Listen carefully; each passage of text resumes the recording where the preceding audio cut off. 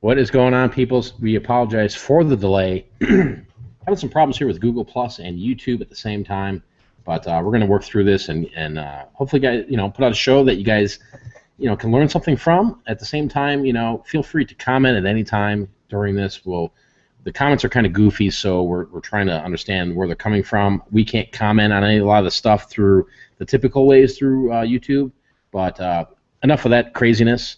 I got Jay in the house. Jay, what's going on, dude? Hey, Mike. How's it going? It's going, man. So we're going to kind of go off of like what we talked about when I had you on the show last time about just, social media, small business, and marketing and all that good stuff. Because you know what? I felt like, and we talked about this after, we could have gone on for another 10 weeks about like the information you got. So let's give some people here just, that are here live with us, just kind of give them some more information on all this. Right. Well, I think, okay, so the main thing with online marketing for small business and, reselling it's kind of become the entry point into making money online. And we talked about that a little bit last time. We talked a lot about social media. I touched on a few other things. I left off with the idea, that we've never lived in a time that is more perfect to take a business idea and do it. And part of the reason for that is that you can do it for almost literally nothing. I mean, all these free tools, you've got social media to promote everything if you know what you're doing, and if you play by those rules, it all works. Oh, and by the way, we should check. Are you checking the chat to see if people are able to see us? Yeah, they're saying that I'm foggy, so I'm trying to mess with that while you're talking. So that's because you've got that soft diffusion filter thing on there that I told you to get rid of. All right, so I'm trying to figure out how I got that on there. Right. Anyway, so I mean, everybody's got a smartphone, right? So you're always connected. So that means you're always connected, not just your family, but to your potential customers. And talking about picking, I've heard it said, that. And this really is crazy. If you're on eBay and you get a message from a customer asking a question about a product, and you take 2 days to get back to them, and you have a smartphone, you have an Android or an iPhone, that's insane because people don't have the time to wait. We live in this microwave society. They want it all yesterday, right? Same thing with shipping. Well, if you take those ideas and those concepts, and you've had an idea for some business thing that you wanted to do, why can't you take those things and put them in a website? Joanne was just asking in the chat about her GoDaddy issue, and I suggested WordPress. WordPress is easy to use. The cool thing about WordPress is that there are a ton of YouTube tutorials. Step by step, how to set it up, how to implement it, how to post on it, how to add pages. So it's actually like an actual real website as opposed to just a blog format. Yeah. Because you're on WordPress with your stuff. Mm-hmm. So well, let me ask you this: how tough are some of these tools to use from your perspective? From my perspective, I mean, they're basic, and I'm working on my camera problem here. I can't figure this out, but really at the end of the day, it's the tools like WordPress they're designed to make it easier compared to 5 to 10 years ago when it was kind of difficult creating your own website, right?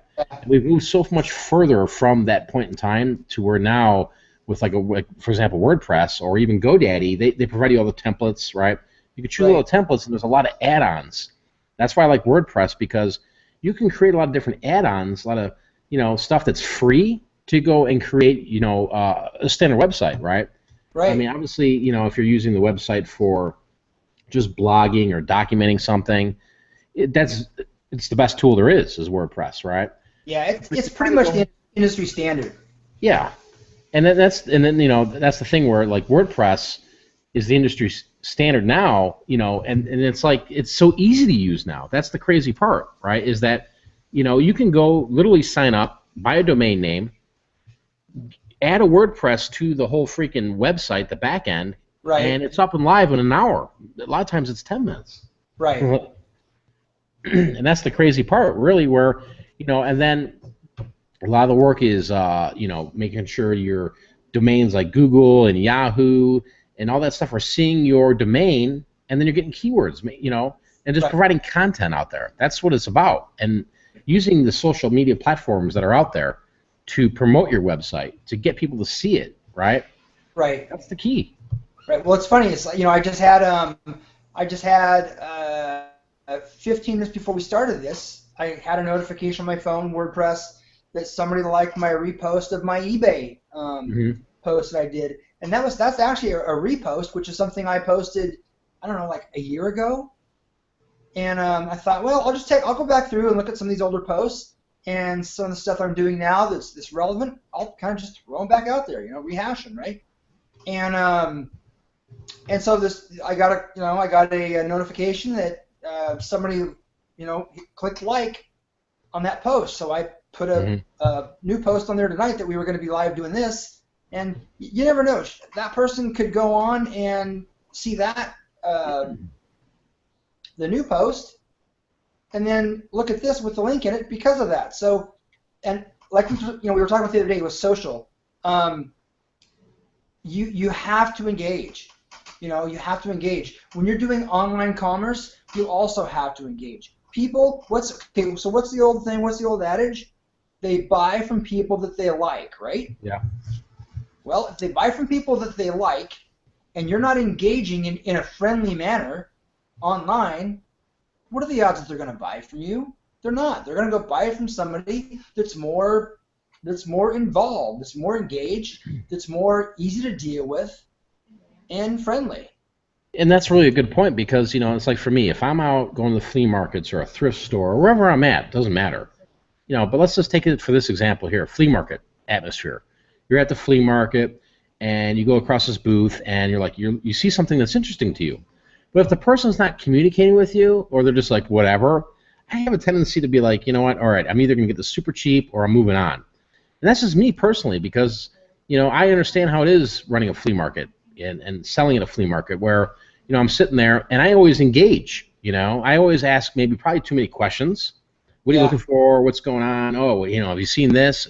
And I'm always trying to sell somebody something, but but the difference is this, is if you're, obviously if you're on my channel right now and you're listening to us, you're selling in some way or form something, right? Or you're just watching this video because it looks crazy right now. I don't know. I can't see it, but, it's one of those things where you have to engage and at least try, right? I mean, you can't please everybody, right?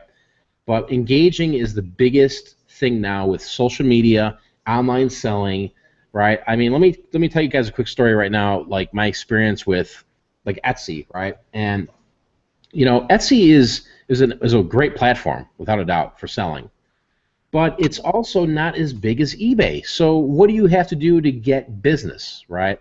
Right. Etsy does get traffic. They get millions and millions of views every day. Okay. Right. But if you're niched out on Etsy, like for example, let's say you're just doing T-shirts or you're doing gift baskets. If you don't have a Facebook or an Instagram or a Twitter or a Pinterest promoting your Etsy store, you're probably having a hard time selling stuff right now, right? Yeah. And like for example, what I sell, I got 4 different niche products I sell on Etsy, and one of them is just an easy deal, right? I mean, it's so easy. It's like I just post it on Etsy, and then all of a sudden I'm just hitting I'm hitting Twitter, right? And I'm hitting this, and it's going, and I'm hashtagging these certain keywords. Right. And people are watching, and then I'm getting followers on Twitter, and they're going right over to Etsy, and they're buying, right? See, if you actually look at Twitter as a whole and look under the hashtag eBay, you'll realize how fast your post is irrelevant under that hashtag eBay. Because there's... Yeah, because it's overused. Yeah, it's abused. So when you got your items, if you're trying to promote it, yeah, you can't keep up. There's no way. I mean, even a robot couldn't keep up with, tweeting every 10 seconds, hashtag eBay. And that's the thing you have to understand is break down the social media. Break down the hashtagging. Okay.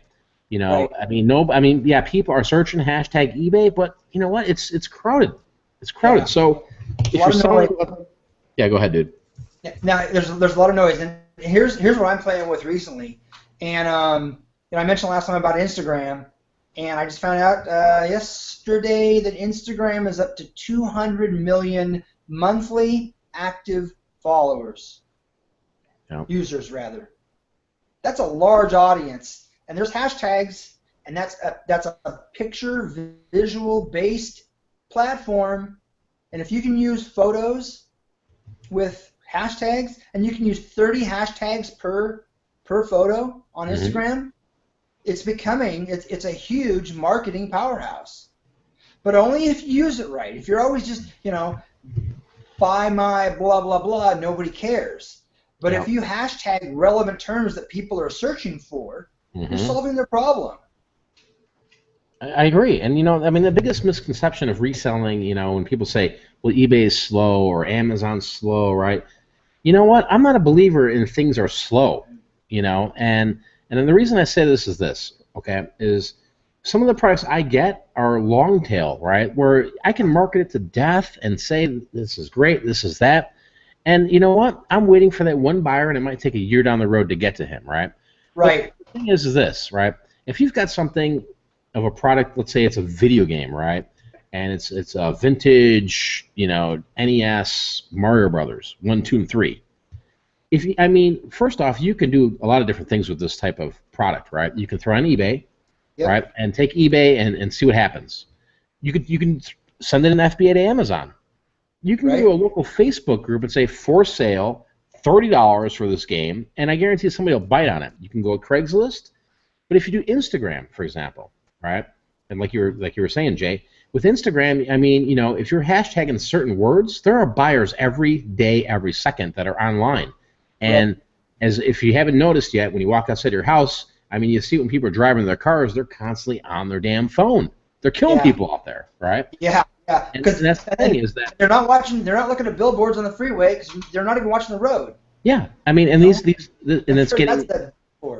Yeah, and the great thing about all that is at the end of the day, they're concentrating on their device, right? For whatever they're watching, maybe they're watching mom and pop fight on a YouTube video. I don't know, but they're on their device. So you have to think, how do you create what you have, okay, and market it? That's what it is. It's not difficult. But you have to use the tools, but never give up on the tools. Tweeting, Instagram. You can make a lot of money just on Instagram, guys. I'm telling you, right? I do it all the time with T-shirts. I'll just hashtag vintage shirt, or and you start finding out the lingo, right? If it's like early '90s basketball related Air Jordan stuff, people are looking for this. And the biggest thing is this, and this is why eBay has come down to. It's always been the online garage sale, but at the same time, I'm not saying eBay is dead, because I do really well on eBay, and things are selling on eBay for me all the time, every day, in the middle of the night, whatever, right? But what I've noticed with eBay, and it's maybe because, with my business model and what I do through the wholesale network is, everything's a buy it now or best offer, right? Because, sometimes, you can't price things buy it now all the time, right? And expect it to sell. No. I always have the best offer on there because I get this stuff for under $1 or $2. And you never know what somebody's going to offer you, right? If I've got something out there for $110, right, and somebody comes in at $35, and I'm just really honestly tired of looking at that item, I'll sell it. I don't care. It's money, right? So don't hold yourself up on these items that are, you're sitting around going, man, nothing's selling. Create the best offer, right? But remember this. As time goes on with eBay, it is going to be more of that type of program, that buy it now, best offer. Yeah, the auctions, you can still get great deals and this is that, right? Sniping eBay is incredible right now because there's a lot of people that are either uneducated or they're desperate. I don't know what it is, but I don't understand why people are selling things so cheaply, Well, and there's people out there too. I'm not an expert on eBay. That's your department. But there's people out there that they just don't know what they're doing. and they think that they do. And maybe because they've gotten some information online someplace, that steering them in a certain direction. But the problem is the cycles change, business changes, the platforms change. Mark my words, the same thing that happened to MySpace when Facebook replaced it will happen to eBay. Yeah. And Jay, we've got something going on here this Friday, guys. If you're able to meet, we're going to post on our Facebook. It's going to be wild, and it's something we think is probably one of the next big eBays. Really, right, Jay? Yeah. I mean, don't talk about the company yet or say anything, but it's kind of exciting. We're going to have this, and if it works out, it'll be cool, guys. But it's one of those things where this is what we think is the next up and coming eBay, and we're not just going to talk to you guys about social media, certain platforms, if they don't make sense or if they're not going to be around, right?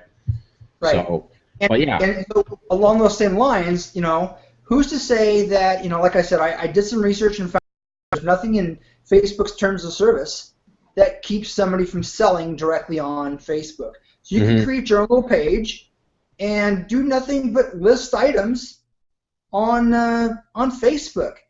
And there's no all you'd have would be PayPal fees.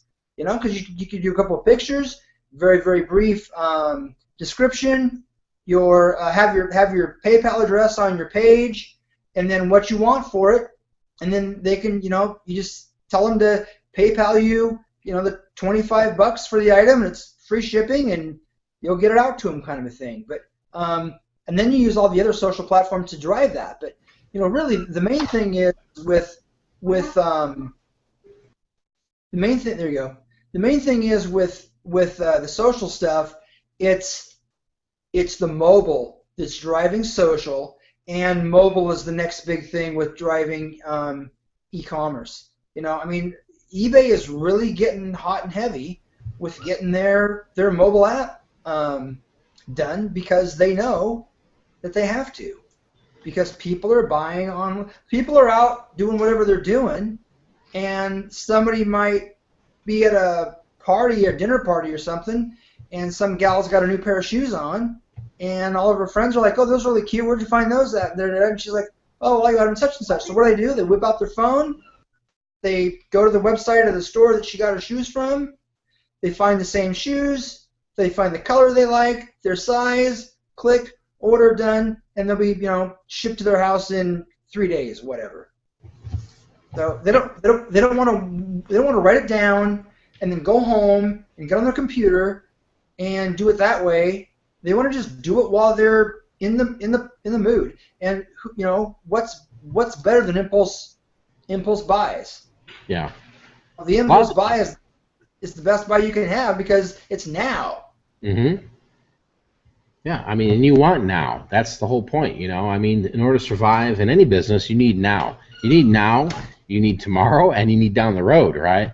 Right. But you need to constantly keep thinking about how to adapt with your business and move in the right direction and be on the same wave, right?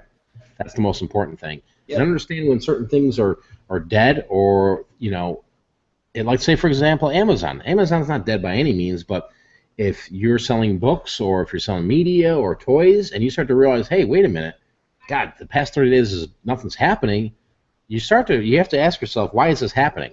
And I'm not saying this is happening right now, but I think when you start to see Amazon take a hit on things, we'll all see it. Because the ranking system, the way that's played out, you'll start to say, wait a minute, this is ranked 1,000. I should have sold this by now, right? So something's going on. But okay, so back to my point with mobile. Think about this for a second, because you know this more than anybody does. If you didn't have a smartphone that had that scanning app, you really couldn't be on Amazon. And you also couldn't search the ranking system to tell you whether or not it was a hot item, because that cycle happens so fast and changes so fast. Yeah. You could get the stuff home and get up the next morning to get it in your FBA system and go to ship it and find out that the thing is completely changed already. So it's today. It's a right now game, and the people that know that are the ones that are making the cash. They really are. Yeah, I mean, it's just adapting to it all and understanding, like, with Amazon, and don't get me wrong, there's times now you scan something, you bring it home, and by the time within the next 24 hours you have it, in your system, it's going to Amazon FBA, and it takes 5 to 7 days to get to the warehouse to get fulfilled. Life's changed since then, and the Yeah. market and the price has driven down, right? Right. Okay. And yeah, will it sell? Yeah, it'll sell, but it's not like it was the ROI you thought was going to happen because competition's there. There's a lot Right. of competition at Amazon. And it's just understanding, what you're doing. I mean, going back to, using this phone to scan at a garage sale or a thrift store, right? It's an awesome tool, but it's that window of opportunity is closed. I mean, it hasn't closed like I'm saying you can't go out and scan things, but there's more and more people doing that, and something's going to change with all that, Right. right? There's going to be another platform. There's going to be something else going on, Right. and it's just about understanding where you need to be in terms of if there's another third-party software or third-party selling platform, or maybe it's time to create your own website, right? And I was just gonna go there because if you're a person that's got, say, 3,000 Facebook friends, and they're people that you actually either them personally. I don't necessarily mean great friends, but you went to school together, or you used to work together, or whatever, or you're like a friend, or they're like a friend of one of your friends. mhm. If you've got that large of a network, and then they've got 3 levels of their network, if you start to create either a Facebook sales page, or probably even better yet, an Instagram sales page, or combine, that's another thing. I don't think we even talked about that, but I started to talk to a local client a couple of days ago. I taught him how to use Twitter and set up his account and everything, and got him on there. He runs a local deli, and so got him using Twitter.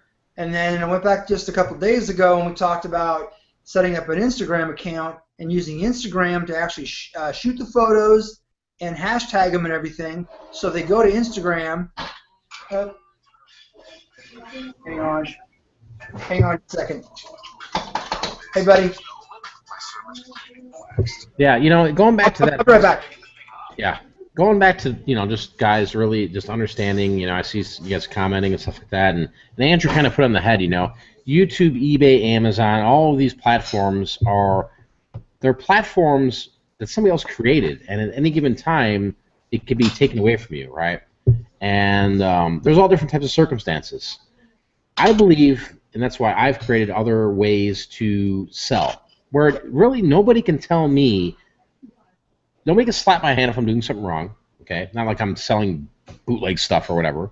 Right. But you know what I mean? Nobody's going to sit there and penalize me. My websites are set up where they're, there's no negative feedback. That was the biggest problem with a lot of this stuff is when you start giving somebody the free will to judge you, even though you did everything right, I think it's a wrong system, right? And especially eBay. With this whole defect rate and everything like that. And there's ways to navigate through all that to be top rated, to make sure you're not getting kicked off or whatever. But at the end of the day, you got to say to yourself, how much longer can you be on that platform, right? Right. Before you just start pulling your hair out. Right. Because, for me, I still use the platform, but I'm not seeing it on a daily basis like the wholesalers are, or like maybe you are, like just selling on eBay and dealing with the customers, right?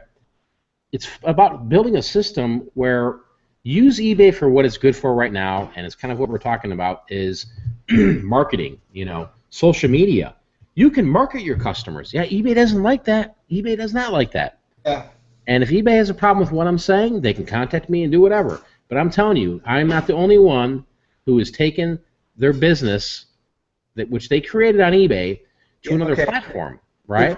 I was going to mention that before, and this is huge. If I would have done this when I first started my eBay account, and selling pretty much full time a couple of years ago, I would be in a completely different position right now. And that one thing is, to every single time you ship, you've got an email address that is attached to PayPal that payment came from. So if you copy and paste that email into a spreadsheet, and you also put in that spreadsheet what they bought and then also what they paid for it, and you start to collect emails, Yeah. you could, if case in point, if the bottom falls out for you with eBay, what do you have? Yeah. You have your whole list. You have your whole list of, and all you do is you take the ones that you got good feedback from. Those are perfect, repeat customers. You email them and say, hey, just want to let you know, I'm doing things in a different way. I'm either no longer on eBay or whatever the case is, and I know you left me positive feedback. You had a good transaction.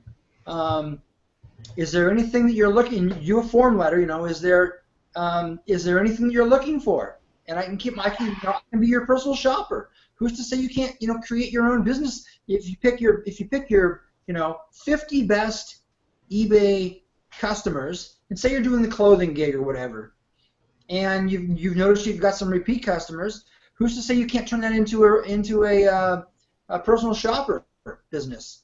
Because it's all they're probably national clients anyway. So maybe some of them are national, but and then when they have good experiences, you make sure that they're using their social platforms to use the old-fashioned word of mouth to brag you up about their experience with you, and they tell their friends, and then what happens? Then pretty soon their friends are coming to you saying, hey, well, I'm looking for such and such, So. Yeah.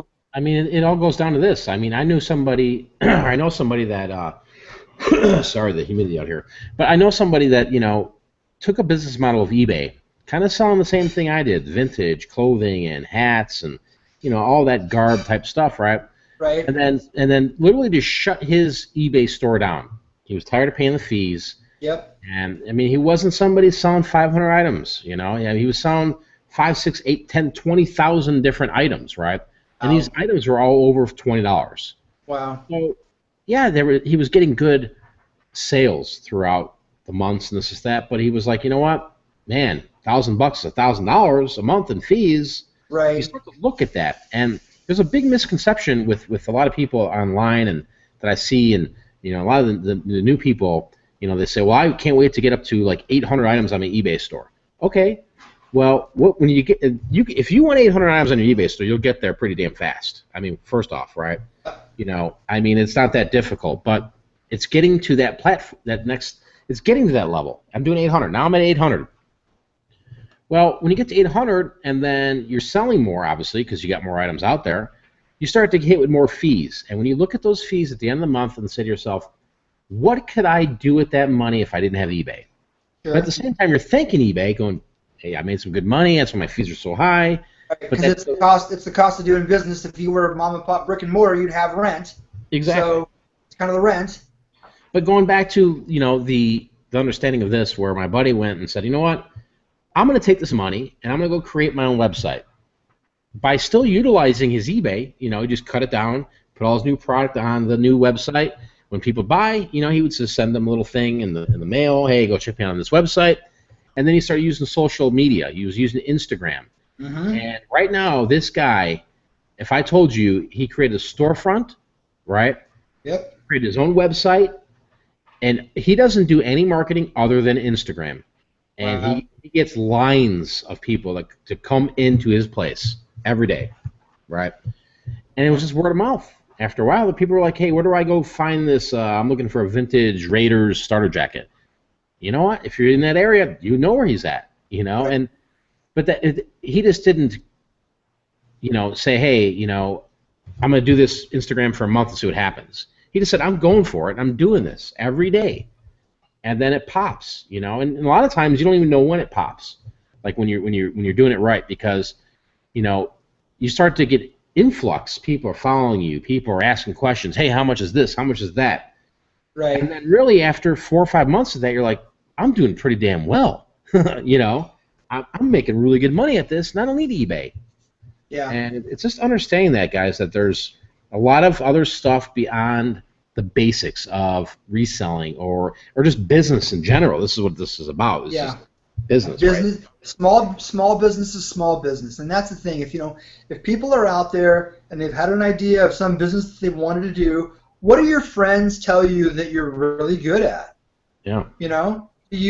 Are you known in your group of friends for being like the master barbecuer or making this awesome homemade barbecue sauce, or some other like homemade cookies or something like that? Now, yeah, there's hoops that you have to jump through in order to get licensed and your kitchen approved, and sure, there's those types of things with any small business, but because of social and because of mobile and because of word of mouth all combined, if you provide a really great product or service, social is just going to enhance that. Yeah. It's just Think going to of it make like that this. work. Yeah, think of it like this. You have kids, and your kids are active in soccer, right? And then all of a sudden, you find out about this guy who played in the World Cup, and he's living in your area, and he's a teacher. He trains these kids, right? And Yep. you're sitting there, and you're like, ooh, maybe my kid wants to do this. And your kid's like, Mom, Dad, I want to try out Alexander, Yechkinov's soccer camp, right? And he doesn't, Alexander Yekhinov, or whatever his name is, doesn't advertise. He's just local, right? Yep. But kids start going there, and parents start spending thousands of dollars to send their kid there, right? They send the kid there. The kid goes there, and he learns skills, right? And then all of a sudden, the kids go back. They play on their other teams. They do whatever. They're in college, or they're in high school, and they're exceeding, and they're scoring goals, and life's great. And everybody's like, man, how did this kid become so good? Because he learned the tools, right? He learned the fundamentals from somebody who's a pro, right? And that pro, it was just a small business owner that just said, hey, I like soccer. I played at the professional level, and now I need to do something because I'm 44 and my knees are blown out, Right. So he went into the coaching and the training and all that, and this applies to anything, really. But then that becomes word of mouth, right? Right. Right. I sent Anthony to go play over there, and he comes back. And next thing you know, I'm talking to a neighbor, and his kid's, a little bit younger than Anthony, and, how did Anthony get so good? Well, he trained, he worked hard, but this guy put him on the map, and it's just word of mouth. It's like, use social media now like it was before there was social media, when it was really just called socializing. Imagine in the 20s and 30s when it was just this little town where there was, Joe's Hardware, there was Bobby Sue's freaking, nail and beauty salon. Right. And all those people had to network together, Yep. right, in a community to sell their product or sell their service to keep in business. It's not that much different. I mean, is it, Jay? I mean, No, it's just that it's. I think that the general foundation and the principles are the same, but how we do it and the tools that we do it with obviously are the things that have changed the most. And the biggest thing is, like, I've been really big on mobile, and I don't think I mentioned this, but I worked at a call center that took Sprint phone calls, cell phone calls back in like 2004 through 2006. So I got an account, and I got us a couple of phones, and we had these they were little red Sanyo flip phones. PM82 was the model, and they were like tiny little things. Little screen, text messaging and calls, and what I was doing was I found out that Sprint had, for like $10 a month, they had this service that you could, from your computer, upload documents to it, and I think it gave you like 10 megabytes of storage, if that. mm-hmm. You could upload like Word documents and maybe some PDFs and stuff like that, right? And so I was like showing people around town on this little freaking flip phone that you could do business on your phone, right? Because you've got access to having documents and stuff. Mm-hmm. And so there were two principles with that. Number one was that you're at a client's office, and this is way pre-iPhone, right? But you're at a client's office, and they are interested in your package that you're pitching them, some advertising package or whatever, and you've got it written up on a one sheet. So I could open up that little flip phone, log into that little system, access that that document and email it to them from my phone while I was sitting there, and they would look at me like dumbfounded because it was like, how did you do that? Yeah. You know? And then and the other thing I was teaching people at the time, which it's so really basic information, but I was trying to teach people how to take advantage of their time management. And the idea was, if you are a salesperson and you're out and you're going to your next appointment and you're sitting there for your 10 minutes waiting to get in to see that, that person that you're trying to sell to, Mm-hmm. pull out your phone and do your, now pull out your phone and do your social stuff then. Catch up on some emails, to talk to potential customers, answer a couple of questions on Facebook groups. And that's the other thing too, is that I'm really finding out recently that if you want to start a business and get in and do something and reach people, get involved with like a whole different genre of Facebook groups, and get in there and provide value. Same thing with social. Just when people ask questions, if you know the answer and if you've got experience in that, answer the question for them, because they're going to appreciate that. They're going to remember that. And then when they need your services, or they need the services that you provide, they're going to remember you, and they're going to want to work with you because they like you. So I kind of got sidetracked a little bit, but that's the whole point. Is it's difficult to do business today, yes, but again, there's never been a time when we've had such a low barrier to entry to doing things. And eBay really opened my eyes to the idea of taking my ideas and creating service businesses, or trying to sell an idea to a company that would work for. And sometimes it works and sometimes it doesn't, but it's just a matter of, you have to figure out how to perfect the tools that can get you and your idea in front of that person. And it's just like, this thing that we've got that's coming up on Friday. I just took a wild shot at it, and so far it's worked out, and we'll see what happens. But one of the best things you can do is to just ask, to not be afraid to ask, and to just try. And it's failure really isn't failure. It's just it is what it is. It's a learning experience. And so I don't know. I guess it's strange because there's so many opportunities and so many options. People are scared. They don't want to fail. They don't want to try.